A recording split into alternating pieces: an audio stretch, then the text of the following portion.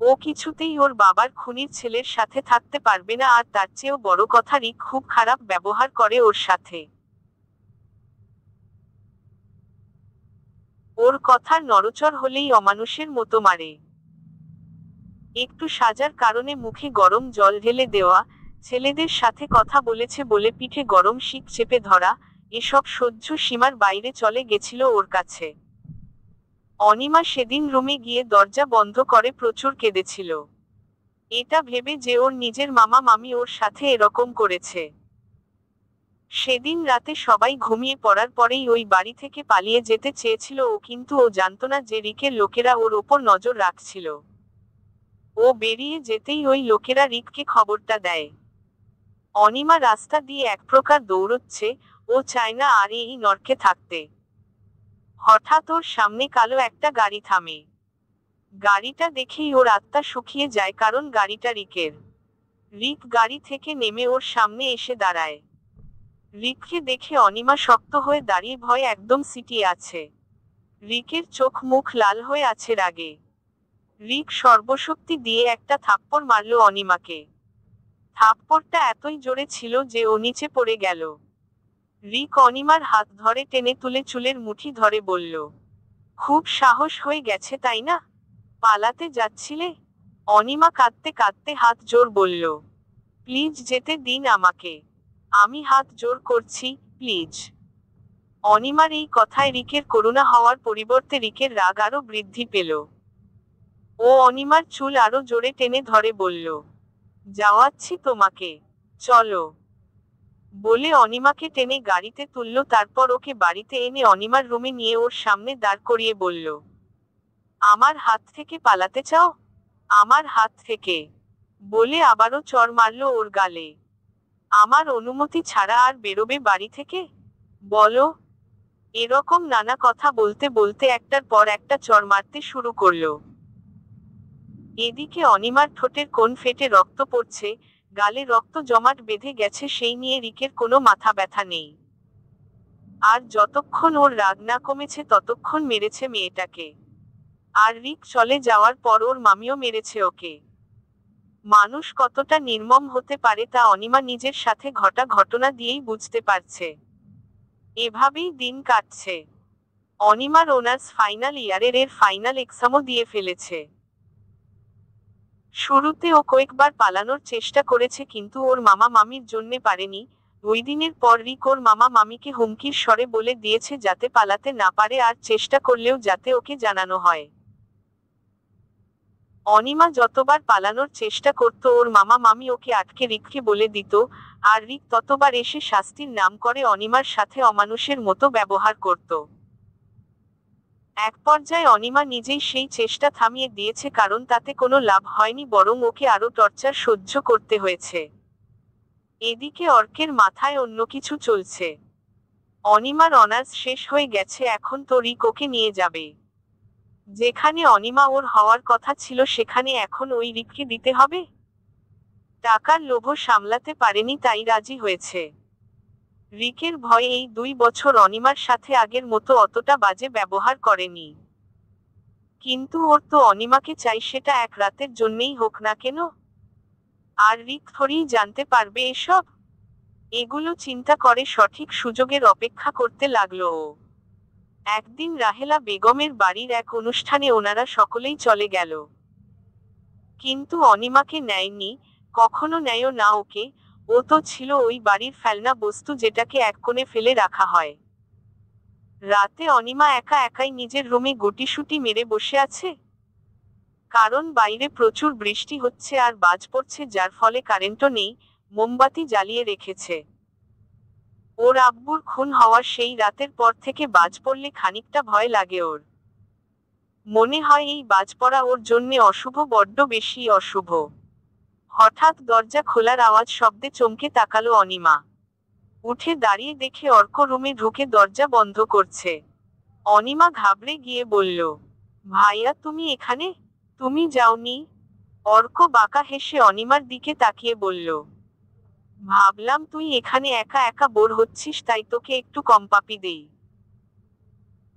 এটুকু বলে অনিমার দিকে বাঁকা হেসে এগোতে লাগলো। অনিমা বেশ ভালোই বুঝতে পেরেছে যে ওর মতলবটা কি, কিন্তু ও কি করবে সেটাই বুঝতে পারছে না, শুধু পিছিয়ে যাচ্ছে।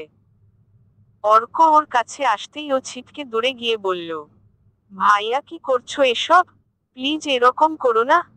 অর্ক অনিমার হাত ধরে নিজের কাছে এনে বলল, কেন? রিক যদি করতে পারে তাহলে আমি কেন পারবো না? অনিমা নিজেকে ছাড়ানোর চেষ্টা করতে করতে বলল, পাগল হয়ে গেছো তুমি? কিসব বলছো? ছাড়ো আমাকে। অর্ক একটা শয়তানি হাসি দিয়ে বলল, ছাড়ার জন্যে ধরেছি নাকি? অর্ক অনিমার কাছে আসতে নিলেই অনিমা ওকে ধাক্কা দিয়ে সরিয়ে দৌড়ে পালাতে চাইল, কিন্তু তার আগেই রিক ওর কুর্তির স্লিপ ধরে টান মারল। ফলস্বরূপ ওর স্লিপ ছিঁড়ে গেল আর তাল সামলাতে না পেরে ফ্লোরে পড়ে গেল। অনিমা বসে বসেই হালকা পিছিয়ে কাঁদতে কাঁদতে বলল, ভাইয়া প্লিজ আমার কাছে এসো না, যেতে দাও আমায়। অর্ক ওর কথা কানে না নিয়ে এগিয়ে আসতে নিলেই অনিমা অনেক কষ্টে উঠে আবারও পালাতে নিলে অর্ক ওর হাত ধরে নিজের দিকে ঘুরিয়ে একটা থাপ্পড় মারল আর অনিমা বেডের ওপর পড়ে গেল। মাদার একটা শ্বাস নিলেন, কারণ ওনার গলা ধরে আসছে। উপস্থিত সকলের চোখ দিয়েই জল গড়িয়ে পড়ছে। মানুষ কতটা নির্মম, নোংরা আর খারাপ হতে পারে সেটা অনিমার অতীত না জানলে বুঝতেই পারত না ওরা। ওরা ভাবতেও পারছে না ওই মেয়েটা এত কিছু সহ্য করে বেঁচে ছিল। কতটা নির্মম এই পৃথিবী। প্রত্যেকেরই বুকের ভেতর ভার ভার হয়ে আসছে, চাপা কষ্ট হচ্ছে একটা। তবে একজনের চোখে তেমন জল নেই, শুধু চোখ দুটো হালকা ছলছল করে উঠছে। তবে যেটা আছে সেটা হলো রাগ। তীব্র রাগে ফেটে পড়ছে ও, চোখ লালচে হয়ে আছে, সারা শরীর থরথর করে কাঁপছে, যেন এক্ষুনি সব শেষ করে দেবে। আর সেটা হলো আদ্রিয়ান। আদ্রিয়ানের দিকে তাকিয়ে ওখানের সবাই চমকে উঠল, সাথে ভয়ও পেয়ে গেল। মাদার আদ্রিয়ানের কাঁধে হাত রেখে বলল, কুল ডাউন মাই চাইল্ড। শান্ত হও। আদ্রিয়ান চোখ বন্ধ করে কয়েকটা শ্বাস নিয়ে নিজেকে শান্ত করার চেষ্টা করল। রাইমা কাপা কাপা গলায় জিজ্ঞেস করল, অর্ক কি সেদিন ওর সাথে? রাইমা নিজেও আর কিছু বলতে পারল না, ওর গলা ধরে আসছে। আদ্রিয়ান হাত মুষ্টিবদ্ধ করে রেখেছে, এরপরে কি হয়েছিল সেটা কল্পনাও করতে চাইছে না উপস্থিত কেউ। মাদার একটা দীর্ঘশ্বাস ফেলে বললেন, এরপর অর্ক? আদ্রিয়ান মাদারকে থামিয়ে দিয়ে কাপা গলায় বলল, আমি আর শুনতে চাই না। আদ্রিয়ান নিচের দিকে তাকিয়েই বলল কথাটা, এখনো কাঁপছে ও। এরপরে কি হয়েছে সেটা শোনার সাহস ওর নেই। মাদার আদ্রিয়ানকে আশ্বস্ত করে বলল, রিল্যাক্স। সব সময় যে খারাপ কিছুই হবে সেটা ভাবাও ঠিক না, তাই না? আদ্রিয়ান ছলছলে চোখ নিয়ে তাকালো মাদারের দিকে। মাদার আদ্রিয়ানের মাথায় হাত বুলিয়ে বলল, কিন্তু সেদিন অনিমা নিজেকে বাঁচিয়ে নিয়েছিল। মেয়েদের সম্মান তাদের সবচেয়ে দুর্বল জায়গা, আবার সবচেয়ে শক্তিশালী জায়গাও। যখন সেখানেই কেউ হাত দেয় তখন মেয়েদের মধ্যে এমনিতেই এক শক্তি চলে আসে। অনিমার ক্ষেত্রেও তাই হয়েছে।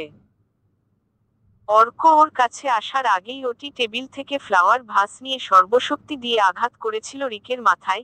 এতে অর্কর তেমন কিছু না হলেও কিছু সময়ের জন্যে ঘায়েল হয়ে গেছিল। সেই সুযোগেই অনিমা দৌড়ে রুমটা বাইরে থেকে লক করে বাইরে বেরিয়ে যায়। ওর সমস্ত ধৈর্য আর সহ্যের সীমা পার হয়ে গেছিল সেদিন। আর ও ঠিক করে নিয়েছিল যে ও আর কখনো ফিরবে না ওই নরকে, তাতে যাই হোক না কেন।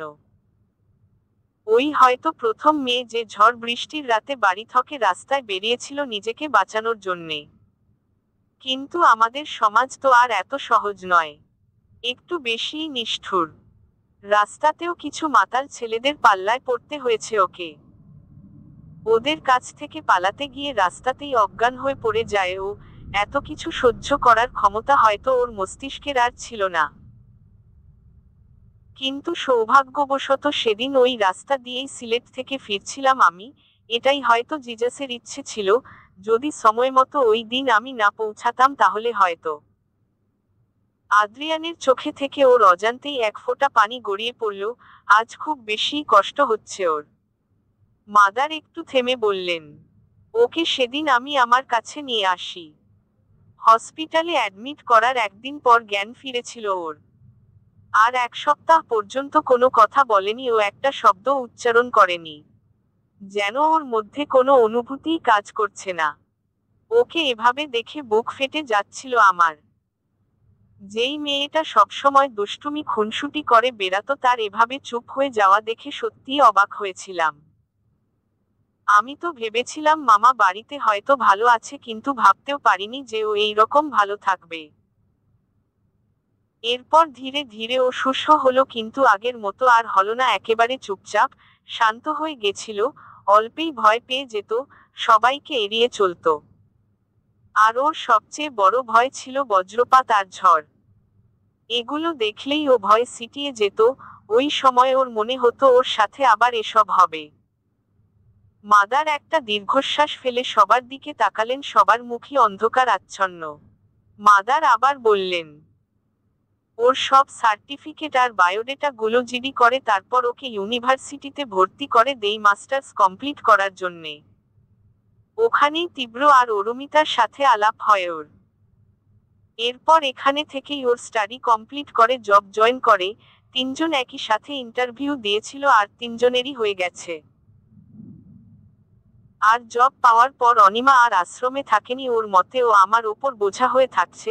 সত্যি বলতে আমারও কষ্ট হচ্ছিল, কিন্তু ও তো আমার মেয়ের মতো, সেই জন্যে ওকে নিজের কাছে আগলে রেখেছি।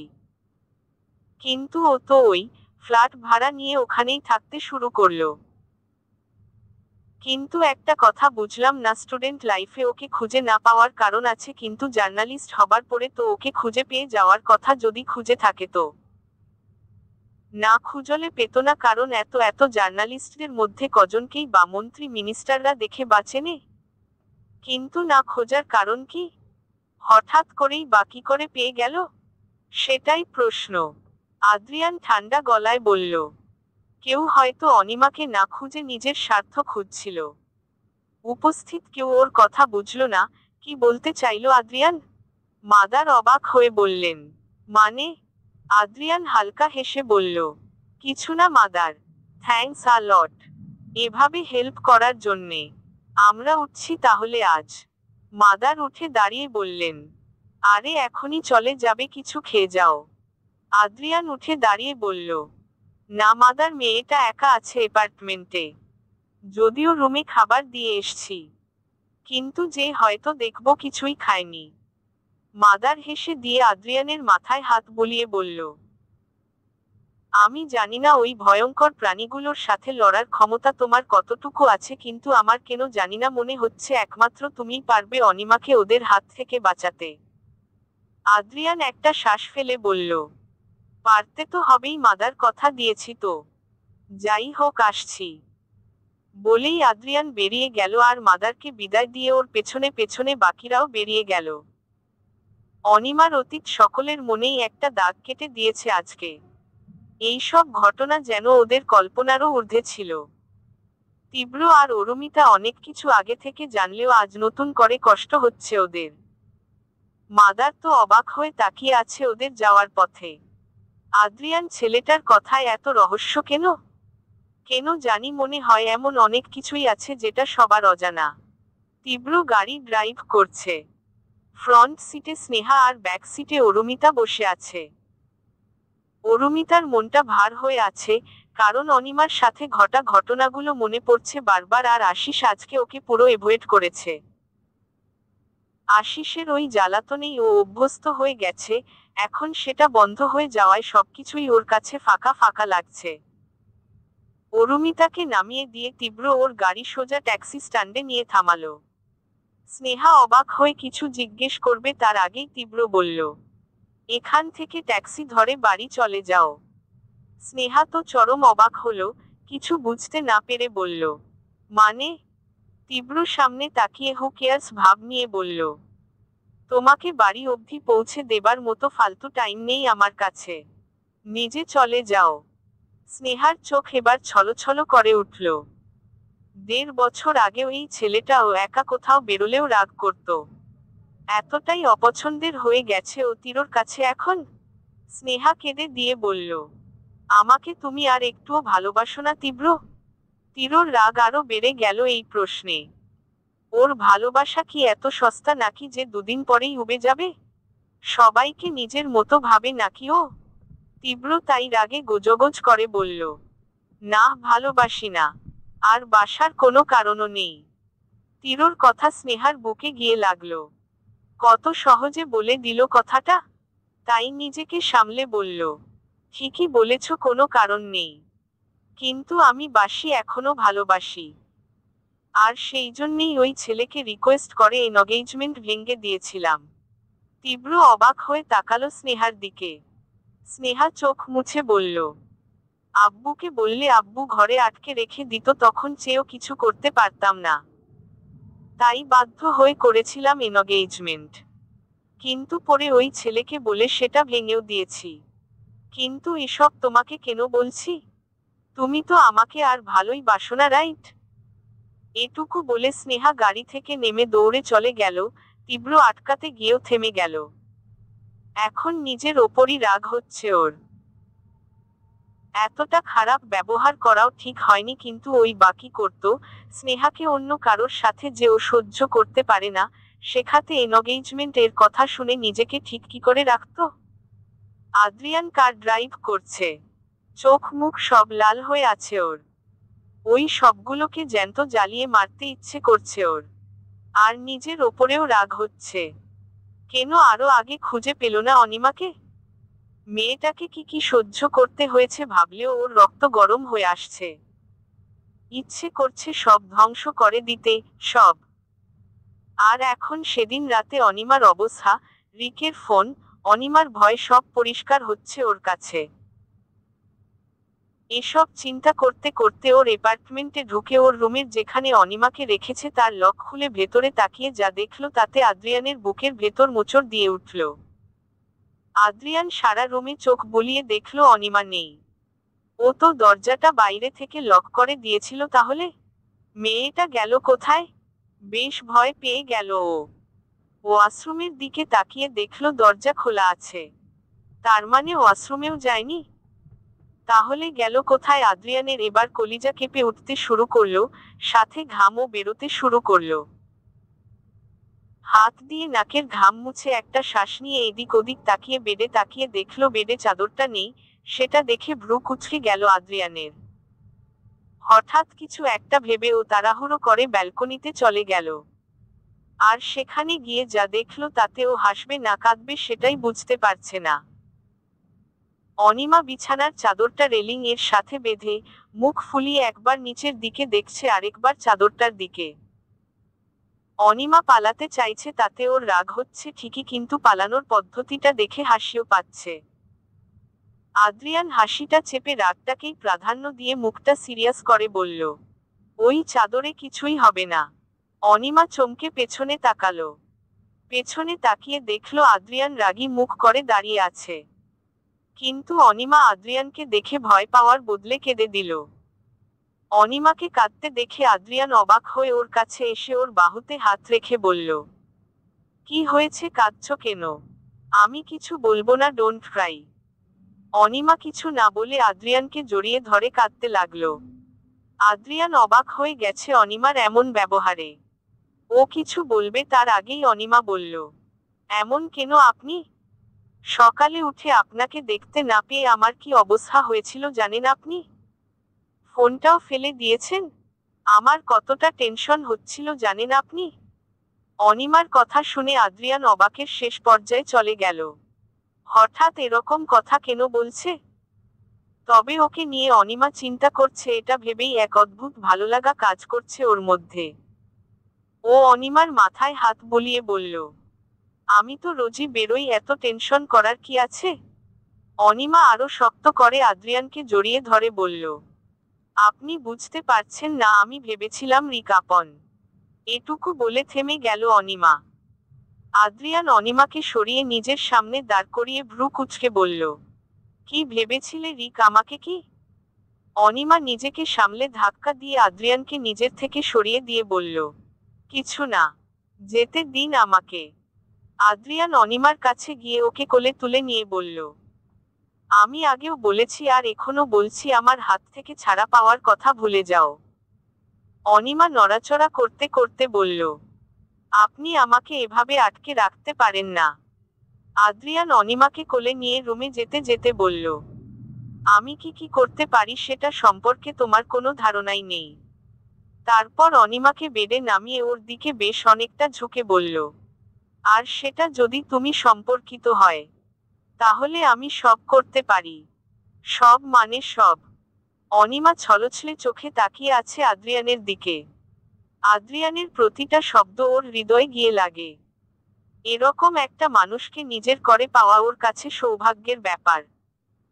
কিন্তু ওর আব্বুর মৃত্যুর সেই দিনটা ও আজও ভুলতে পারে না। যদি ওর আব্বুর মতো আদ্রিয়ানকেও যদি ওরা ওসব ভাবলেও ওর আত্মা কেঁপে ওঠে। অনিমা আদ্রিয়ানের দিকে তাকিয়ে কাঁদো কাঁদো গলায় বলল, আপনি কথাটাই বুঝতেই চাইছেন না। আপনি জানেন না যে। আদ্রিয়ান অনিমার কথা শেষ করতে না দিয়ে ওর চুলগুলো কানে গুজে দিয়ে বলল, যেটুকু বোঝার বুঝে নিয়েছি। আর আমি শুধু এটুকুই জানি যে আমি তোমাকে ভালোবাসি, আর তুমি আমার কাছেই থাকবে, আর আর কিছু জানার দরকার নেই আমার। অনিমা শুধু তাকিয়ে আছে আদ্রিয়ানের দিকে। ও কি বলবে? আদ্রিয়ানের কথাগুলোই যে ওকে এক অন্য জগতে নিয়ে যায়, যেখানে থেকে আর ফিরতেই ইচ্ছে করে না ওর। আদ্রিয়ান অনিমাকে ছেড়ে ওর সামনে বসে হেসে দিয়ে বলল, বাই দা ওয়ে, তুমি বিছানার চাদর ব্যালকনিতে বেঁধে পালাতে চাইছিলে? সিরিয়াসলি? বলে শব্দ করে হাসতে লাগলো আদ্রিয়ান। অনিমা মুখ ফুলিয়ে বলল, হ্যাঁ তো এত হাসার কি আছে? আদ্রিয়ান কোনোরকমে হাসি থামিয়ে বলল, সেভেন্থ ফ্লোর থেকে কেউ রেলিং এ চাদর বেঁধে নামবে? Wow, amazing. অ্যাকশন ফিল্মকেও হার মানাবে দেখছি। নিচে বা চারপাশে তাকিয়েও দেখনি? বলেই আবার হাসতে লাগলো। অনিমা মাথা নিচু করে বলল, আসলে তাড়াহুড়ো করে করছিলাম তাই খেয়াল করিনি। আদ্রিয়ান একটা শ্বাস ফেলে হাসি মুখেই বলল, হুমম। তারপর ভালোভাবে খেয়াল করে দেখলে যে এখান থেকে নিচে পড়লে নিচে নয়, ডিরেক্ট ওপরে যাবে, তাই তো? অনিমা বোকার মতো হ্যাঁ বোধক মাথা নাড়ল। আদ্রিয়ান হেসে অনিমার চুল নেড়ে দিয়ে বলল, পাগলি। আদ্রিয়ান ভালোভাবে অনিমার চুলে হাত লাগিয়ে বলল, চুল ভেজা? শাওয়ার নিয়েছ? অনিমা মাথা নাড়ল। আদ্রিয়ান কিছু একটা ভেবে বলল, যা পরা ছিলে সেটাই পরেছ তাই না? আমার মাথাতেই ছিল না তোমার পোশাকের কথা। নো প্রবলেম, আজকেই আনিয়ে নেব।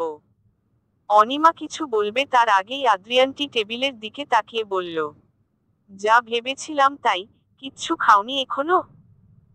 অনিমা চুপ করে বসে আছে, কিছু বলছে না। আদ্রিয়ান খাবারের প্লেটটা নিয়ে অনিমার মুখের সামনে ধরতেই অনিমা সরিয়ে দিয়ে বলল, আমি থাকতে চাই না এখানে, প্লিজ যেতে দিন আমাকে। আদ্রিয়ানের এবার রাগ উঠে গেল। ও শব্দ করে প্লেটটা ট্রেতে রেখে অনিমার কাছে গিয়ে ওকে একটানে নিজের কাছে এনে বলল, একটা এক্সট্রা কথা বলবে না এখন, চুপচাপ খেয়ে নাও। একটা শব্দ করলে আমার চেয়ে খারাপ এই মুহূর্তে আর কেউ হবে না। অনিমা কিছু না বলে ছলছলে চোখ নিয়েই মাথা নিচু করে ফেলল। আদ্রিয়ানের বেশ খারাপ লাগলো। ওর অতীত জানার পর সামান্যতম কষ্টও দিতে চায় না ও ওকে। কিন্তু কিছু করার নেই, ওর এই মুহূর্তে ওকে রুড হতেই হবে। আদ্রিয়ান অনিমাকে খাইয়ে দিয়ে উঠে কোথাও একটা গেল। অনিমা ভাবছে যে রিক যদি আদ্রিয়ানের কোনো ক্ষতি করে দেয় তাহলে? না, ও এখানে থাকতে পারে না। রিক তাহলে আদ্রিয়ানকে মেরে ফেলবে। আদ্রিয়ান নেই এখন, এই সুযোগেই ওকে পালাতে হবে। এসব ভেবে রুম থেকে বেরিয়ে মেইন ডোরের কাছে গিয়ে দরজাটা খুলে বেরিয়ে লিফটের বাটন প্রেস করতে যাবে তার আগেই কেউ ওর হাত ধরে ফেলল। ও পেছনে তাকিয়ে দেখে আদ্রিয়ান চোখ মুখ শক্ত করে দাঁড়িয়ে তাকিয়ে আছে ওর দিকে। আদ্রিয়ান এবার সত্যিই ভীষণ রেগে গেছে। অনিমা কাঁপা কাঁপা গলায় বলল, আদ্রিয়ান আমি। অনিমা আর কিছু বলার আগেই আদ্রিয়ান ওকে ভীষণ জোরে একটা ধমক দিল। অনিমা হালকা কেঁপে উঠল ওর ধমকে। আর কোনো কথা বলার সাহসও পেল না, তাই মাথা নিচু করে ফোঁপাতে লাগলো। আদ্রিয়ান অনিমার হাত ধরে টেনে ভেতরে নিয়ে গিয়ে খাটের ওপর এক প্রকার ছুঁড়ে মারল। তারপর সেই দড়িগুলো নিয়ে আবারও ওর হাত পা বেঁধে দিল। আদ্রিয়ানের ওই ধমকের পর আর টু শব্দ করার সাহস পেল না অনিমা, শুধু অসহায়ভাবে তাকিয়ে রইল আদ্রিয়ানের দিকে। আদ্রিয়ান রাগী গলায় বলল, তুমি এটাই ডিজার্ভ করো। যতক্ষণ পর্যন্ত না তুমি এটা বুঝতে চাইছো যে তোমাকে আমার কাছেই থাকতে হবে ততক্ষণ তুমি এভাবেই থাকবে। রিক সমস্ত জায়গায় খোঁজ নিয়ে নিয়েছে কিন্তু কোথাও খুঁজে পাচ্ছে না অনিমাকে। ওই আদ্রিয়ান আবরার জোহাইয়ের কোথায় এমন লুকিয়ে রেখেছে যে ও, রিক চৌধুরী খুঁজে পাচ্ছে না। এসব ভেবেই রাগে মাথা ফেটে যাচ্ছে রিকের। একটার পর একটা গ্লাস ফাঁকা করছে ও। রিকের একজন লোক এসে বলল, ভাই এদিকে বেরোতে দেখা গেছে। রিক গ্লাসে চুমুক দিয়ে শক্ত গলায় বলল, কোথায় আছে ওরা দুজন? লোকটা মাথা নিচু করে বলল, ফলো করতে চাইছিলাম কিন্তু লোকটা একটু বেশিই চালাক, এমনভাবে ড্রাইভ করলো যে কোথা থেকে কোথায় চলে গেল কিছুই বুঝতে পারলাম না। রিক গ্লাসটা আছাড় মেরে ভেঙে ফেলল আর রাগে গোজগোজ করে বলল, এতগুলো গাধা মিলে ওই একটা ছেলের বুদ্ধির সাথে পেরে উঠলি না? লোকটা কিছু না বলে মাথা নিচু করে আছে। রিক রাগী গলায় বলল, এখন চেহারা না দেখিয়ে যায় এখান থেকে। লোকটা চলে যেতেই রিক রাগে গোজগোজ করতে লাগলো। মাথায় রক্ত উঠে আছে ওর। কিছুক্ষণ চুপ থেকে ও চিন্তা করলো যে না, এভাবে না, ওকে এবার নিজেকেই কিছু করতে হবে। ও এবার নিজে কথা বলবে ওই আদ্রিয়ান আবরার এর সাথে। মাথার সামনে বন্দুক ধরলে সব সুরসুর করে বলে দেবে। আস্তে আস্তে চোখ খুলে তাকিয়ে উঠে বসে অনিমা। বিকেলে খেয়ে ঘুমিয়ে পড়েছিল অনিমা, কিন্তু এখন উঠে চারপাশে তাকিয়ে অনিমা নিজেকে এক সম্পূর্ণ আলাদা জায়গায় আবিষ্কার করল। উঠে দাঁড়িয়ে দেখল রুমটা লক করা। পাশের দেয়ালটা যেটা দিয়ে ব্যালকনিতে যায় সেটা কাচের। রুমটাও অনেক সুন্দর সাজানো গোছানো। অনিমা অবাক হয়ে তাকিয়ে রইল। রুমে আদ্রিয়ানের ছবি দেখে বুঝতে পারল এটা আদ্রিয়ানেরই বাড়ি, কিন্তু ও ভাবছে যে আবার কোথায় এসে পড়ল। একটা কফি শপে মুখোমুখি বসে আছে আদ্রিয়ান আর রিক। আদিব আর আশিস আদ্রিয়ানের পেছনে দাঁড়িয়ে আছে আর রিকের পেছনে রিকের লোকেরা। সকলের দিকে তাকিয়ে মুচকি হেসে নীরবতা ভেঙে আদ্রিয়ান বলল, মিস্টার রঞ্জিত চৌধুরীর একমাত্র ছেলে রিক চৌধুরী হঠাৎ একজন রকস্টারকে কেন ডাকলো? রিক টেবিলে হাত রেখে শক্ত গলায় বলল, অনিমা কোথায়? আদ্রিয়ান এই প্রশ্নটাই আশা করছিল রিকের কাছে। তবুও খানিকটা আলসেমি ঝেড়ে বলল, অনিমা কোথায়? হুম্মম গভীর প্রশ্ন। কোথায় বলুন তো? রিক রেগে গিয়ে টেবিলে বাড়ি মেরে বলল, মজা করছেন আমার সাথে? আদ্রিয়ান হেসে দিয়ে বলল, আরে আরে রাগ করছেন কেন? অনিমা কোথায় আছে সেটা দিয়ে আপনার কি কাজ? রিক আর ধৈর্য ধরে রাখতে পারল না। পেছনে থেকে গানটা বের করে আদ্রিয়ানের দিকে গান তাক করে বলল, এবার নিশ্চয়ই বলবে মিস্টার জোহাইয়ের? আদ্রিয়ান একটু পিছিয়ে গিয়ে বলল, আরে আরে আপনি তো সোজা গানে চলে এলেন। এটা দিয়ে কি হবে বলুন? হ্যাঁ, অনিমা আমার কাছেই আছে। রিক হেসে দিয়ে বলল, গান দেখেই ভয় পেয়ে গেলে? বাহ! আদ্রিয়ান সোজা হয়ে বসে হালকা গলা ঝেড়ে বলল, দেখুন এসব গান টান দিয়ে আমাকে মেরে ফেললে পরে অনিমার খোঁজ পাবেন কি করে? তার চেয়ে বরং খুঁজুন। আপনার তো খুব পাওয়ার। তো তুমি বলবে না ও কোথায় আছে? আদ্রিয়ান মেকি হেসে বলল, বললাম তো আমার কাছেই আছে, খুঁজে নিন। কিন্তু গানটা নামিয়ে। রিক বাঁকা হেসে বলল, এই সাহস নিয়ে আমার সাথে লাগতে এসছো? তবে যাই হোক, অনিমাকে তো আমি খুঁজে নেবই। আদ্রিয়ান গানটা হাত দিয়ে নামিয়ে দিয়ে হেসে বলল, বেস্ট অফ লাক। রিক রেগে উঠে চলে গেল। আশিস আর আদিব আদ্রিয়ানের পাশে বসল। আশিস আদ্রিয়ানকে খোঁচা মেরে বলল, ভাই, বন্দুক দেখে ভয় পেয়ে গেছো? আদ্রিয়ান আশিসের দিকে কিছুক্ষণ তাকিয়ে থেকে তিনজন একসাথে শব্দ করে হেসে দিল, যেন ওদের সামনে সবচেয়ে বড় জোক বলা হয়েছে। কিছুতেই হাসি থামাতে পারছে না। অনিমা শাওয়ার নিয়ে একটা নীল ফুল হাতা গেঞ্জি আর কালো ট্রাউজার পরে চুপচাপ খাটে হেলান দিয়ে বসে আছে। এই ট্রাউজার আর গেঞ্জিটা খাটের কোনায় প্যাকেটে পেয়েছে ও। তবে ওর মন খুব অস্থির আছে। যতক্ষণ পর্যন্ত না আদ্রিয়ান ফিরে আসবে এই অস্থিরতা মোটেও কমবে না। এই ছেলেটা কি বোঝে না যে ওর টেনশন হয়? আর রুমটাও লক করে দিয়ে গেছে, ব্যালকনির দরজাটাও লক করা। ভাগ্যিস ওয়াশরুমের দরজাটা লক করেনি। এসব ভাবতে ভাবতে রুমের দরজা খোলার আওয়াজ পেল অনিমা। দরজার দিকে তাকিয়ে দেখল আদ্রিয়ান এসছে। অনিমা মুখ ঘুরিয়ে হাত ভাঁজ করে বসে রইল। সেটা দেখে আদ্রিয়ান ঠোঁট কামড়ে হাসল। তারপর অনিমার কাছে গিয়ে বসল। অনিমা একবার আর চোখে তাকিয়ে আবারও মুখ ফিরিয়ে নিল। আদ্রিয়ান হেসে অনিমাকে এক হাতে জড়িয়ে ধরে বলল, রেগে আছো আমার ওপর? অনিমা অন্যদিকে মুখ করেই বসে আছে। আদ্রিয়ান চারপাশে তাকিয়ে বলল, আচ্ছা রুমটা কেমন হয়েছে বলো তো? আমি তো ঠিক করেই নিয়েছি বিয়ের পর আমরা এখানেই থাকব। অনিমা অবাক আদ্রিয়ানের দিকে তাকিয়ে বলল, বিয়ে? কিসের বিয়ে? কার বিয়ে?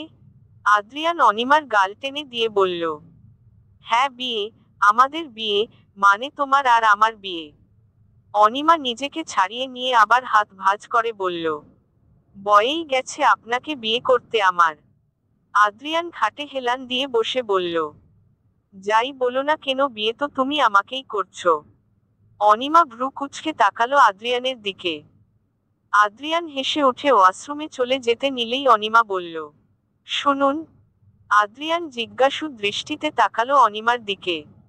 অনিমা নিচের দিকে তাকিয়ে হাত কচলাতে কচলাতে বলল, আপনার ওপর কি কোনো অ্যাটাক হয়েছিল? মানে? আদ্রিয়ান এক ভ্রু উঁচু করে বলল, কেন কারো অ্যাটাক করার কথা ছিল?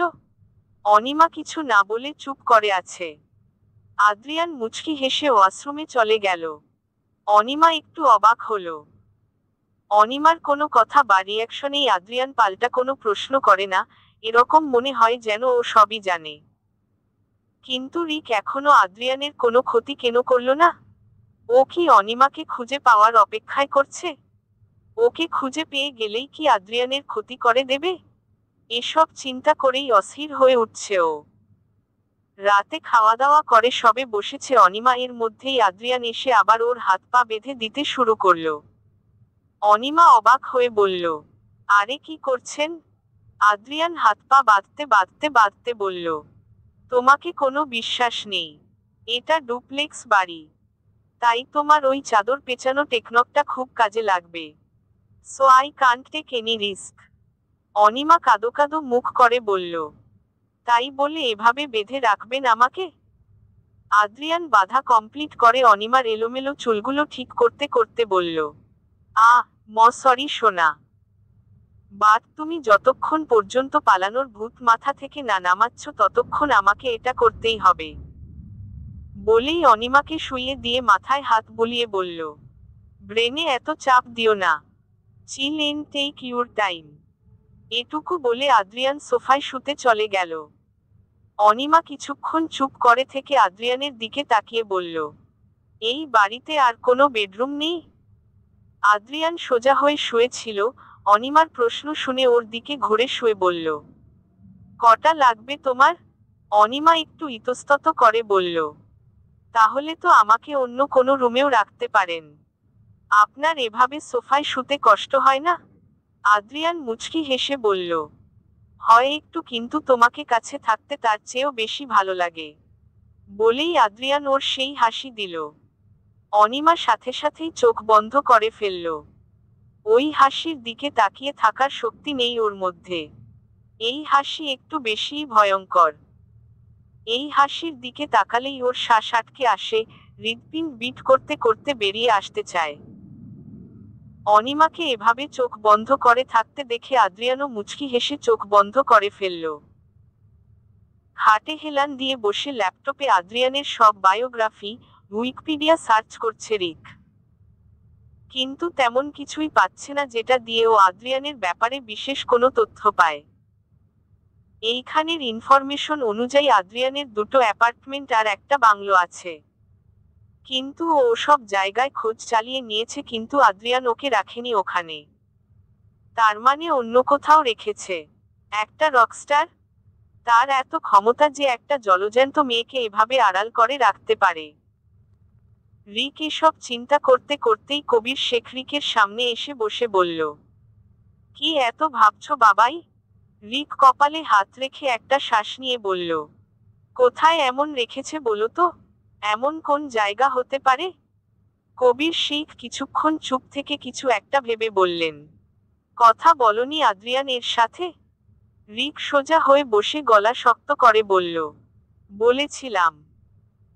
এটিটিউড দেখালো আমাকে, ইচ্ছে করছিল ওখানেই শুট করে দেই, কিন্তু যতক্ষণ অনিকে না পাওয়া যাচ্ছে ততক্ষণ ওকে মারতে পারবো না আমি। কবির শেখ কপাল ভাঁজ করে আবার কিছু ভাবতে শুরু করলেন। এর মধ্যেই রিক বলল, তবে একটা প্লাস পয়েন্ট আছে মামা। কবির শেখ কৌতূহলী হয়ে বললেন, সেটা কি? রিক বাঁকা হেসে বলল, এটিটিউড থাকলেও গান বন্দুক এসবে অভ্যস্ত নয় ও। কবির শেখ হেসে দিয়ে বলল, তাহলে তো ভালোই, একটা কাজ করতে পারো? রিক জিজ্ঞাসু দৃষ্টিতে কবির শেখের দিকে তাকিয়ে বলল, কি কাজ? কবির শেখ শয়তানি হেসে বললেন, ওকে তোমার লোক দিয়ে তুলে এনে ভয় দেখিয়ে কথা বের করতে পারো। রিক কিছু না বলে চুপ করে ভাবতে লাগলো, এটা করাই যায়। যেভাবে তখন বন্দুক দেখে পিছিয়ে গেল তাতে কাজ হলেও হতে পারে। আদ্রিয়ান একজন মিউজিক ডিরেক্টরের সাথে মিটিং সেরে একটা চেয়ারে বসে রেস্ট করছে, এর মধ্যেই ওর ফোনে ভিডিও কল এলো যাতে ওরু আর তীব্র কানেক্টেড আছে। আদ্রিয়ান কলটা রিসিভ করার পরেই স্ক্রিনে তীব্র আর অরুমিতার মুখ ভেসে উঠল। অরুমিতা চিন্তিত গলায় বলল, ভাইয়া অনি কোথায়? কেমন আছে ও? আদ্রিয়ান একটা শ্বাস ফেলে বলল, কোথায় আছে বলতে পারবো না, কারণ তোমাদের ফোন ট্র্যাক করা হচ্ছে। অরুমিতা আর তীব্র পাল্টা কোনো প্রশ্ন করল না, কারণ ওরা বেশ ভালো করে বুঝতে পারল যে কে ফোন ট্র্যাক করছে আর কেন। তাই দুজনেই মাথা নাড়ল। তীব্র নিচু গলায় বলল, এমনিতে ভালো আছে তো ও? আদ্রিয়ান মুচকি হাসল, তারপর বলল, চিন্তা করো না, আমি থাকতে ও কোনোদিন খারাপ থাকবে না। কিন্তু হাত পা বেঁধে রেখে এসছি, কারণ ছাড়া রাখলেই পালাতে চাইছে। অরুমিতা বিরক্ত হয়ে বলল, এমন কেন করছে ও? ওর সমস্যা কোথায়?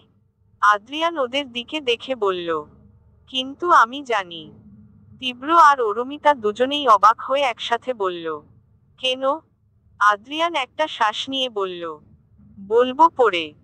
আর টেনশন করো না, সি ইজ অলরাইট, আপাতত রাখছি হ্যাঁ। ওরা দুজনেই মাথা নাড়ল। আদ্রিয়ান কলটা কেটে দিয়ে একটা দীর্ঘশ্বাস ফেলল। ও এখন অন্য কিছু ভাবছে। নিজের মনকে শক্ত করার চেষ্টায় আছে ও।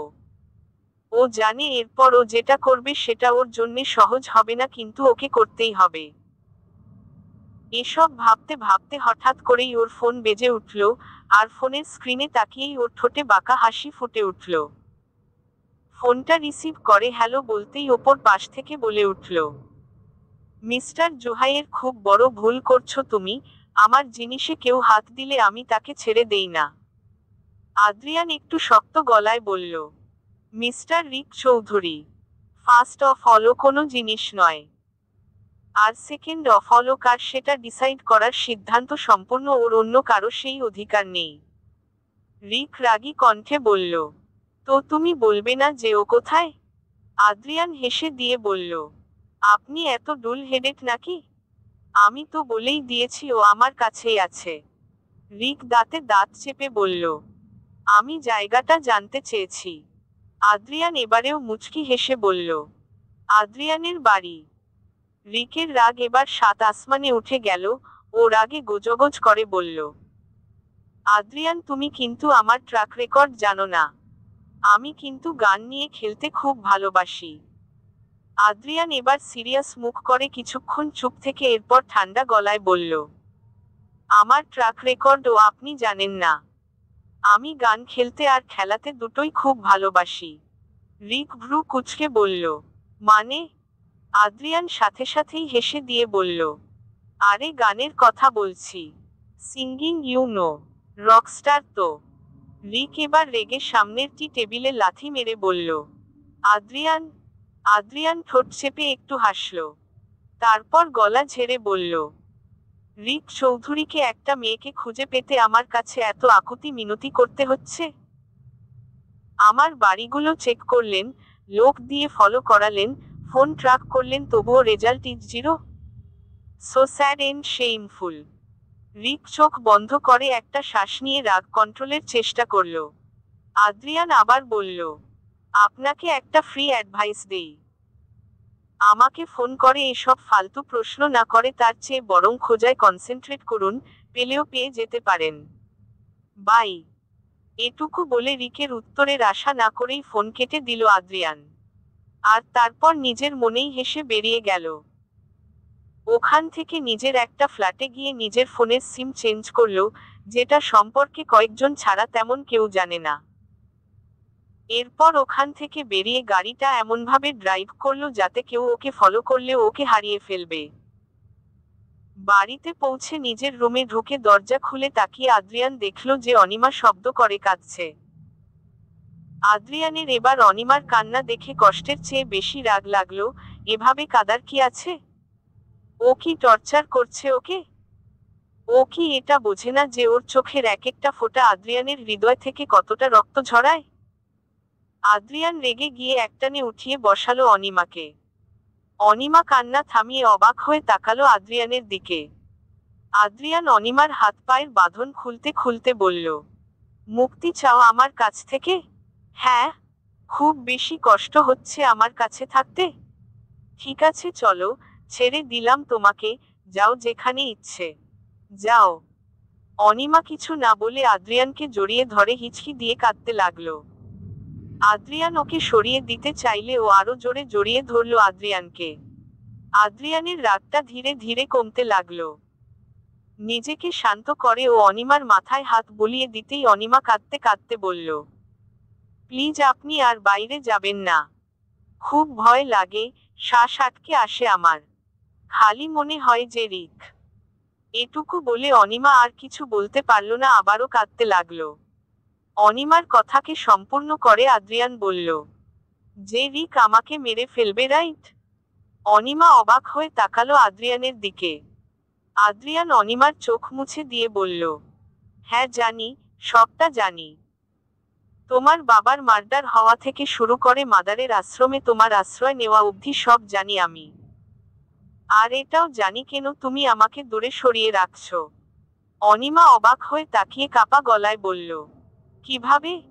আদ্রিয়ান শক্ত গলায় বলল, সেটা ইম্পর্টেন্ট নয়। ইম্পর্টেন্ট হলো এটাই যে তুমি যেই কারণে ভয় পাচ্ছ সেই ভয়ের কোনো কারণই নেই। অনিমা কাঁদো কাঁদো গলায় বলল, আদ্রিয়ান আপনি জানে না আপনি কতটা হিংস্র, কতটা ভয়ঙ্কর। ওরা ওরা যা খুশি তাই করতে পারে, কাউকে মারতে ওদের হাত কাঁপে না। আদ্রিয়ান অনিমার কপালে নিজের কপাল ঠেকিয়ে বলল, ভালোবাসা জগতের সবচেয়ে বড় শক্তি অনি। একবার ভালোবেসে দেখো, তোমার ভালোবাসা আমার কবজ হয়ে যাবে। একবার কাছে টেনে দেখো, তোমার স্পর্শে আমার চারপাশে সুরক্ষা বলয় তৈরি হয়ে যাবে। তুমিই তো আমার শক্তি। আর তুমি আমার সাথে থাকলে আল্লাহ ছাড়া জগতের কোনো শক্তি আমার কোনো ক্ষতি করতে পারবে না। আমি তোমাকে ভালোবাসি। একবার সেই ভালোবাসায় বিশ্বাস করে দেখো, সব সহজ হয়ে যাবে, সব। অনিমা চোখ খিচে বন্ধ করে আদ্রিয়ানের কপালে কপাল ঠেকিয়ে চোখের জল ফেলছে আর ওর বলা প্রতিটা শব্দকে শুনছে। ওর মনে হচ্ছে এই কথাগুলোর একটা শব্দও সত্যি না, বরং চিরন্তন সত্যি। আদ্রিয়ান আর কিছু না বলে খাবার আনিয়ে অনিমাকে খাইয়ে দিয়ে স্টুডিওতে যাওয়ার আগে অনিমার কাছে এসে বলল, তোমাকে আর বেঁধে রাখবো না আমি। আমার ভালোবাসার প্রতি যদি তোমার এতটুকু বিশ্বাস থাকে তাহলে তুমি কোথাও যাবে না। এটুকু বলেই আদ্রিয়ান চলে গেল ওখান থেকে, আর অনিমা একদৃষ্টিতে তাকিয়ে রইল ওর যাওয়ার দিকে। রাতে স্টুডিও থেকে ফিরে রুমে আদ্রিয়ান পুরো ভ্যাবাচ্যাকা খেয়ে গেল। অবাক হয়ে তাকিয়ে আছে সামনের দিকে, কারণ অনিমা গায়ে একটা চাদর পেঁচিয়ে বসে আছে। আদ্রিয়ানকে দেখেই অনিমা বিরক্ত হয়ে তাকালো ওর দিকে। আদ্রিয়ান অনিমার কাছে গিয়ে ওর কপালে হাত দিয়ে বলল, জ্বরও তো আসেনি, এভাবে চাদর পেঁচিয়ে রেখেছ কেন? অনিমা বিরক্ত হয়ে বলল, তো কি করব? আপনি আমাকে এখানে তুলে নিয়ে এসছেন, অথচ আমার জন্যে যেসব পোশাক কিনেছেন সব ওই ফ্ল্যাটেই রেখে এসছেন। আদ্রিয়ান আফসোসের একটা শ্বাস নিয়ে বলল, শিট, ভুলেই গেছিলাম। কিছুই পরনি? অনিমা ইতস্তত করে বলল, পড়েছি। আদ্রিয়ান ভ্রু কুঁচকে বলল, কি? অনিমা কিছু না বলে মাথা নিচু করে আছে। সেটা দেখে আদ্রিয়ান নিজেই বলল, এই রাতে শাওয়ার নিয়েছো কেন? অনিমা মুখ ফুলিয়ে বলল, খুব অস্থির লাগছিল তাই। আদ্রিয়ান এবার একটু রেগে গিয়ে বলল, তাই বলে এই রাতের বেলা শাওয়ার নেবে? চলো চুল শুকিয়ে দিচ্ছি। এটুকু বলে অনিমার হাত ধরতে গেলেই অনিমা চেঁচিয়ে বলে উঠল, না। আদ্রিয়ান বিরক্ত হয়ে বলল, কি চেঁচাচ্ছ কেন? অনিমা চাদরটা ভালোভাবে গায়ে জড়িয়ে বলল, আমি উঠতে পারবো না। আদ্রিয়ান ধমকের সুরে বলল, মানে কি? এভাবে ভেজা চুলে থাকলে ঠান্ডা লাগবে, ওঠো। বলে একটানে অনিমাকে দাঁড় করিয়ে দিল, যার ফলে চাদরটা গা থেকে পড়ে গেল। আদ্রিয়ান অনিমার দিকে তাকিয়ে পুরো শোকড হয়ে গেল। এবার বুঝলো অনিমার রিয়্যাক্ট করার কারণ। অনিমা আদ্রিয়ানের নেভি ব্লু রঙের একটা শার্ট পরে আছে, যেটা অনিমার হাঁটুর খানিকটা উপরে পড়ছে। অনিমা মুখ কাচুমাচু করে দাঁড়িয়ে আছে। আদ্রিয়ান এবার হেসেই দিল। ধীরে ধীরে সেই হাসি বৃদ্ধি পেতে লাগলো, হাসতে হাসতে লুটোপটি খাওয়ার মতো অবস্থা। অনিমা মুখ ফুলিয়ে দাঁড়িয়ে আছে। আদ্রিয়ান কোনোমতে হাসি থামিয়ে বলল, এই জন্যেই ওভাবে প্যাকেট হয়েছিলে? অনিমা নিচের দিকে তাকিয়ে হাত কচলে যাচ্ছে আর মাঝে মাঝে শার্টটা টানছে। আদ্রিয়ান হেসে বলল, ওভাবে টানলে ওটা বড় হবে না। বাই দা ওয়ে, শার্টটাতে কিন্তু তোমাকে অনেক হট লাগছে। অনিমা চোখ বড় বড় করে তাকালো আদ্রিয়ানের দিকে, আর আদ্রিয়ান চোখ টিপ মারল একটা। অনিমা সাথে সাথেই চোখ সরিয়ে নিয়ে বিড়বিড় করে বলল, অসভ্য একটা। আদ্রিয়ান আর কিছু না বলে অনিমাকে তুলে বসিয়ে চুল শুকিয়ে দিল।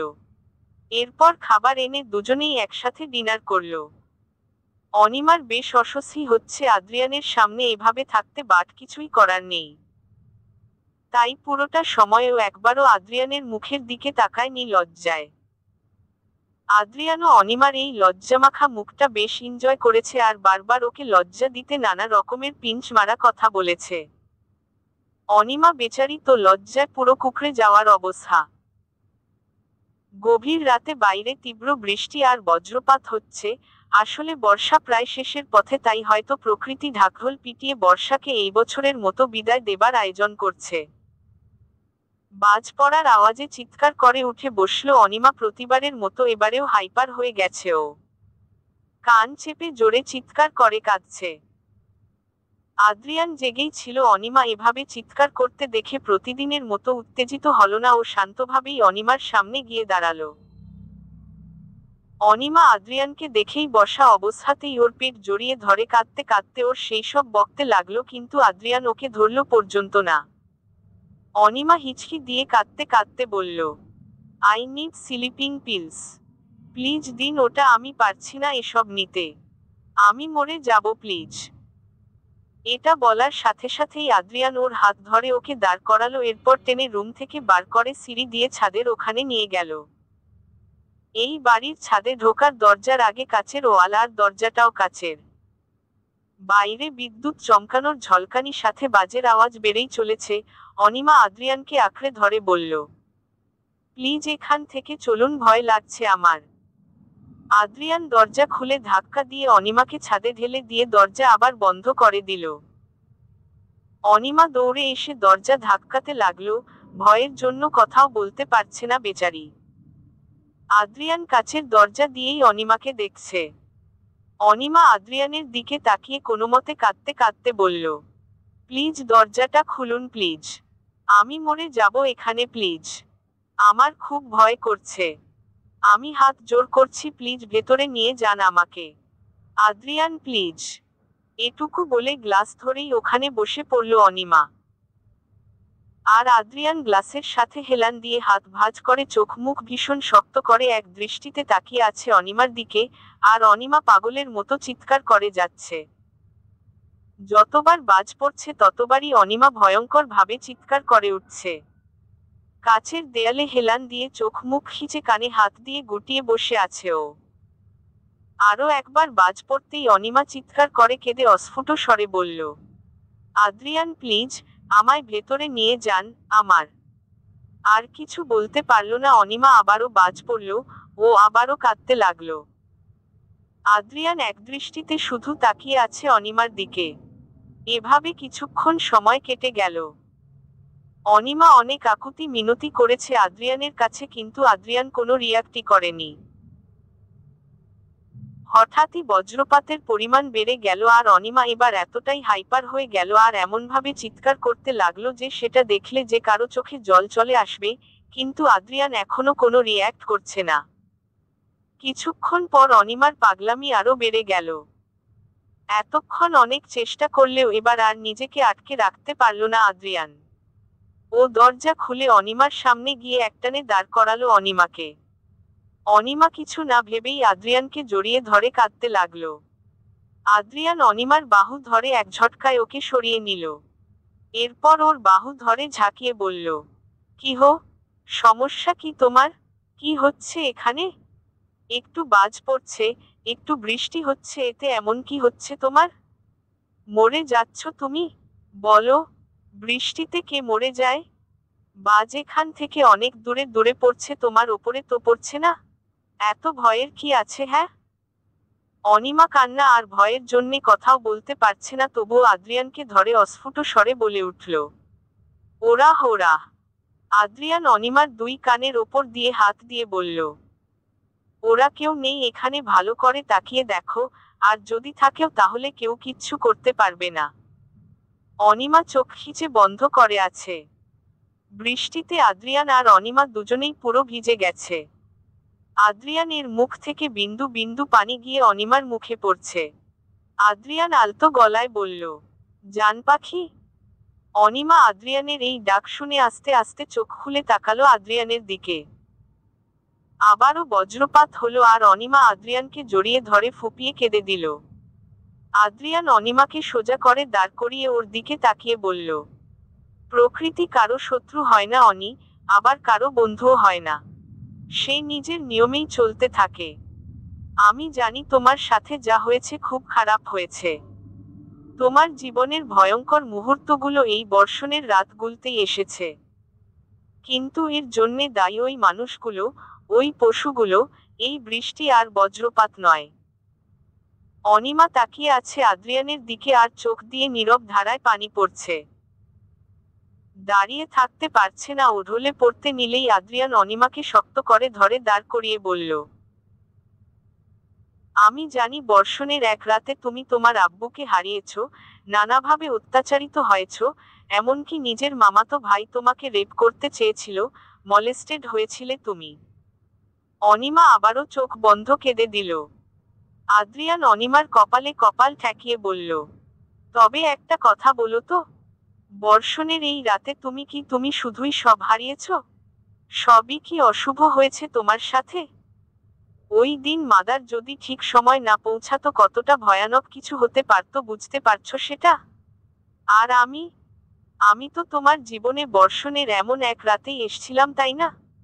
বর্ষণের সেই রাতেই তুমি আমাকে পেয়েছিলে আর আমি তোমাকে। তাহলে তুমি মনে করো যে আমিও তোমার জন্যে অশুভ? অনিমা অস্ফুট স্বরে না বলল।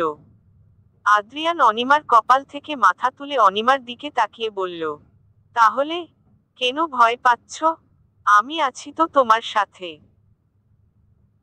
টিসি, মাটিতে হোঁচট খেয়ে পড়ে গেলে কেউ মাটিতে হাঁটা বন্ধ করে দেয় না, গাড়িতে কোনো কারণে অ্যাক্সিডেন্ট হলে কেউ গাড়িতে চড়া বন্ধ করে দেয় না। ঠিক সেইভাবেই বর্ষণকে ইগনোর করতে পারো না তুমি, এটা প্রতি বছর আসবেই, তোমাকে সেটা ফেস করতে হবে। অনিমা আদ্রিয়ানের দিকে তাকিয়ে অস্ফুট স্বরে বলল, আমি। আদ্রিয়ান অনিমার বাহু শক্ত করে ধরে বলল, পারবে। পারতে হবে তোমাকে। You have to be strong and you are strong. অন্যকে বাঁচাতে স্বেচ্ছায় নিজে থেকে বিপদে জড়ানোটাও এক প্রকার স্ট্রং হবারই পরিচয়। কিন্তু তোমাকে বুঝতে হবে যে তুমি স্ট্রং, তোমাকে বিশ্বাস করতে হবে তুমি স্ট্রং। আর তাছাড়াও আমি আছি তো তোমার সাথে। এটুকু বলে আদ্রিয়ান অনিমাকে শক্ত করে জড়িয়ে ধরল, তারপর অনিমার কাঁধে নিজের থুতনি রেখে বলল, দেখো এই বৃষ্টি, এই ঝিরিঝিরি শব্দ, এই ঠান্ডা হাওয়া, সব কত সুন্দর। আর এগুলোকে ভয় পাচ্ছ তুমি? ওরা হাসছে তোমাকে দেখে, বলছে যে মেয়েটা ভিতর ডিম। অনিমা নিজের অজান্তেই হালকা হেসে দিল, কিন্তু ক্লান্তির জন্যে আর দাঁড়িয়ে থাকতে পারল না, আদ্রিয়ানের বুকেই অজ্ঞান হয়ে গেল। আদ্রিয়ান খেয়াল করল অনিমা শরীর ছেড়ে দিয়েছে। আদ্রিয়ান অবাক হল না, কারণ ও জানতো এমন কিছুই হবে। এটা একটা পজিটিভ সাইন। ও অনিমাকে কোলে তুলে ভেতরে নিয়ে গেল। এরপর বিছানায় শুইয়ে দিয়ে ভাবল যে চেঞ্জ করাতে হবে। ও সার্ভেন্ট ডেকে অনিমাকে ওর আরেকটা শার্ট পরিয়ে দিতে বলল। চেঞ্জ করা শেষে আদ্রিয়ান অনিমার সামনে বসে ওর মাথায় একটা চুমু দিয়ে দিয়ে শরীরে চাদর টেনে দিল, আর দেখতে লাগলো ওকে কতটা নিশ্চিন্তে ঘুমোচ্ছে, একটু আগেও কতটা হাইপার ছিল। আদ্রিয়ান জানে ওর কাজ অনেকটা হয়ে গেছে। অনিমার ভয়টা পুরোপুরি না কাটলেও প্রায় কেটে গেছে। আসলে অনিমা মানসিকভাবে সম্পূর্ণ সুস্থ না। টিনেজ বয়স থেকে পরপর এতগুলো ধাক্কার কারণে এক প্রকার ট্রমায় চলে গেছে ও। অনিমার ওই অস্বাভাবিক ভয় পাওয়া দেখেই আদ্রিয়ানের খটকা লাগে, আরও একজন সাইকিয়াট্রিস্টের সাথে কথা বলে আর ডক্টরই ওকে এসব বলে, আর এটাও বলে যে ওর ভয়ের সম্মুখীন হলেই ও ওর ট্রমা কাটিয়ে উঠতে পারবে। আর তাই ওর কষ্ট হলেও অনিমার প্রতি আজ অনেকটাই রুড হয়েছে ও। অনেকটা কষ্ট দিয়ে ফেলেছে, কিন্তু যা করেছে পুরোটাই ওর ভালোর জন্যে। খুব বেশি ভালোবাসে এই মেয়েটাকে, কোনো কিছুর মূল্যেই ও হারাতে চায় না ওকে। এসব ভেবে একটা দীর্ঘশ্বাস ফেলল আদ্রিয়ান। রুমে বসে বেশ অস্থির হয়ে উঠছে তীব্র। স্নেহার সাথে কথা বলতে চাইছে, কিন্তু কোথায় একটা বাধছে। হয়তো ইগো বা হয়তো অপরাধবোধ। কিছু না জেনে না বুঝেই মেয়েটার সাথে ওরকম বিহেভ করা ঠিক হয়নি ওর। অনেকক্ষণ দ্বিধা দ্বন্দ্ব কাটিয়ে উঠে ফোন করেই ফেলল স্নেহাকে। অনেকক্ষণ ফোন রিং হওয়ার পর ওপাশ থেকে ভাঙ্গা গলায় হ্যালো শব্দটা শুনেই তীরর বুকের ভেতরে ধক করে উঠল। আওয়াজ শুনেই বুঝতে পারছে কেঁদে কেঁদে গলা খারাপ করে ফেলেছে মেয়েটা। তীব্র তবুও নিজেকে সামলে বলল, আমি তীব্র। স্নেহার চমকে গেল তীরর গলা শুনে। নতুন সিমে তীরর নাম্বার ছিল না ওর কাছে। থাকবে কি করে? তীর তো কথাই বলতো না ওর সাথে। কিন্তু তীরর ভালোবাসি না কথাটা মনে পড়তেই ওর মনে অভিমানের পাহাড় দাঁড়িয়ে গেল। স্নেহা নিজেকে শক্ত করে নিয়ে বলল, কেন ফোন করেছেন? তীব্র ভ্রু কুঁচকে নিয়ে বলল, আপনি? স্নেহা এবারেরও শক্ত গলায় বলল, তুমি করে বলার মতো সম্পর্কটা হয়তো আমাদের মধ্যে আর নেই। তীব্র বেশ রেগে গেল স্নেহার কথায়। দাঁতে দাঁত চেপে বলল, এই কথাটা সামনে বলে দেখতি থাপ্পড় মেরে সবকটা দাঁত ফেলে দিতাম। স্নেহার বুকে যেন এক ধাক্কা লাগলো। আজ 1.5 বছর আবার তীব্র ওর সাথে এভাবে কথা বলল, সেই অধিকারবোধ দেখালো। কিন্তু তার সাথে মনে অভিমানটাও চারা দিল। তাই অভিমানী গলায় বলল, কেন? হ্যাঁ, কোন অধিকারে? তীব্র এবার দৃঢ় কণ্ঠে বলল, ভালোবাসার অধিকারে। স্নেহা তাচ্ছিল্যের হাসি দিয়ে বলল, ভালোবাসা? সেদিন তো বেশ চমৎকারভাবে এনাউন্স করে দিলেন যে আপনি আমাকে আর ভালোই বাসেন না, তাহলে? তীব্র এবার নরম গলায় বলল, শুধু মুখের কথাটাই ধরবে? স্নেহা এবার কেঁদে দিয়ে বলল, কেন? তুমি ধরনি? বাইরে থেকে যেটা দেখেছ বা বুঝেছ সেটা নিয়েই পড়েছিলে। আমার কথাটা একটা বারের জন্যে ভাবোনি? একবার জানতেও চাওনি কিছু? সেই বেলা? তীব্র কিছুক্ষণ চুপ করে রইল, কি বলবে স্নেহা তো ঠিকই বলছে। ও অনুতাপ মিশ্রিত গলায় বলল, আমি জানি আমি যেটা করেছি সেটা ভুল। আমার তোমার সাথে কথা বলে সবটা জানা উচিত ছিল। আসলে তোমার এনগেজমেন্টের খবরটা শুনেই মাথা হ্যাং হয়ে গেছিল আমার, মাথাটা কাজই করছিল না। I am sorry. স্নেহা কিছু না বলে ফোন কেটে দিয়ে কাঁদতে লাগলো। এটা কষ্টের কান্না নয়, তীব্র নিজের ভুলটা বুঝে যে ওর সাথে আবার আগের মতো কথা বলেছে এতেই ও খুশি, খুব খুশি। আর ওদিকে তীব্র ফোনের স্ক্রিনে তাকিয়ে মুচকি হাসল। ও জানে স্নেহা আর রাগ করে নেই ওর ওপর, কাল সামনাসামনি গিয়ে একবার জড়িয়ে ধরে সরি বললেই ও মাফ করে দেবে ওকে। মান অভিমান যাই থাক, ভালোবাসার তো কমতি নেই। তাই তো 1.5 বছর আলাদা থেকেও কেউ কাউকে ভোলেনি। রিক আজকেও সকালবেলা আধমাতাল হয়ে টলতে টলতে বাড়ি এসছে। মিস্টার রঞ্জিত ভ্রু কুঁচকে তাকিয়ে আছে রিকের দিকে, আর কবির শেখ পাশে বসে আছে। রিকের মেজাজ এমনিতেই খারাপ। সকালে আদ্রিয়ান ফোন করেছে ওকে, আর এমন কিছু কথা বলেছে যা ওকে ভাবনায় ফেলে দিয়েছে। কিচ্ছু চিন্তা করতে পারছে না ও। ড্রয়িং রুমে গিয়ে রিক আর দাঁড়ানোর এনার্জি পেল না, তাই সোফায় বসে পড়ল। মিস্টার রঞ্জিত এবার রাগ নিয়ন্ত্রণ করতে না পেরে রেগে গিয়ে বলল, কি পেয়েছো কি তুমি রিক? সারা দিনরাত মদ, ক্লাব, বার, বাকি সময়টা ওই মেয়েটা, এই তোমার জীবন? কি করছোটা কি তুমি? রিক পিটপিট করে মিস্টার রঞ্জিতের দিকে তাকিয়ে বাঁকা হেসে বলল, যাই করি, নিরীহ মানুষ খুন করা, গরিবদের জমি দখল করা, সাধারণ মানুষকে দাবিয়ে রাখার নামে শুষে খাওয়ার চেয়ে তো বেটার, তাই না ড্যাড? মিস্টার রঞ্জিত তো অবাক হলেনি, সাথে কবির শেখ তো ঝটকায় খেলেন এক প্রকার। চায়ে চুমুক দিতে গিয়েও মুখ সরিয়ে নিলেন উনি। মিস্টার রঞ্জিত নিজেকে সামলে নিয়ে বললেন, কি বলছো এসব? রিক একটা তাচ্ছিল্যের হাসি দিয়ে মাতাল কণ্ঠে বলল, তুমি বুঝবে না। But you know what, I want Oni. Okay হো, ওকে আমার যেকোনো মূল্যে চাই। সেটার জন্যে যদি আমাকে খুনও করতে হয় তো আমি করব। ওই আদ্রিয়ান আবরার জোহাইয়েরকে আমি শেষ করে দেব। I will kill him. Mister Ranjit আরও রেগে গিয়ে বললেন, তোমার জন্যে, জাস্ট তোমার জন্যে এতটা রিস্ক নিতে হচ্ছে? ওই হাসান কোতালের মৃত্যু যেটা সবার কাছে এখনো রহস্য, ওই মেয়ে সুযোগ বুঝে হাটে হাড়ি না ভেঙ্গে দেয়। তোমার কারণেই তো ওকে বাঁচিয়ে রাখতে হলো। রিক এবার টেবিলে একটা বাড়ি মেরে উঠে দাঁড়িয়ে বলল, এমন কাজ করো কেন, যেটা ধামাচাপা দিতে হয়? এত কিসের লোভ তোমার? এত টাকা থাকা সত্ত্বেও তোমাকে বেআইনি কাজ করতে হবে, সাথে আমাকেও? এটুকু বলেই থেমে গেল রিক, তারপর টলতে টলতে ভেতরে চলে গেল। মিস্টার রঞ্জিত কতক্ষণ হা করে তাকিয়ে থেকে নিজেও উঠে চলে গেল। আর কবির শেখ বসে নিজে নিজেই বলল, না, ছেলেটা তো দেখছি নিজের ভেতরের রং একটু একটু করে খুঁজে পেতে শুরু করেছে, যেটা আমি এত বছর কুমন্ত্রণা দিয়ে চাপা দিয়ে রেখেছিলাম। তাড়াতাড়ি কিছু করতে হবে। তবে ও যে আদ্রিয়ানে মারতে যাবে সেটা তো সিউর। এবার রিক আদ্রিয়ানকে মারে না আদ্রিয়ান রিককে, সেটাই দেখার। তবে যারই মৃত্যু হোক, লাভ তো আমারই। তবে আমি তো চাই যে দুজনেই মরুক। একজনের প্রাণ কি করে চাইব? আমি কি এতই একচোখা নাকি, যে একজনকে ওপরে পাঠাতে চাইব আরেকজনকে না? দুজনের জন্যেই সমান কিছুই চাই, সেটা হলো মৃত্যু। একচোখামি করব কি করে? শত হলেও দুজনেই তো আমার আদরের ভাগ্নে। চলবে। হ্যালো বন্ধুরা, এই গল্পের অংশ পরের গল্পতে পেয়ে যাবেন। আপনাদের ভালোবাসা দিয়ে চ্যানেলটিকে সাবস্ক্রাইব করে রাখুন। ধন্যবাদ।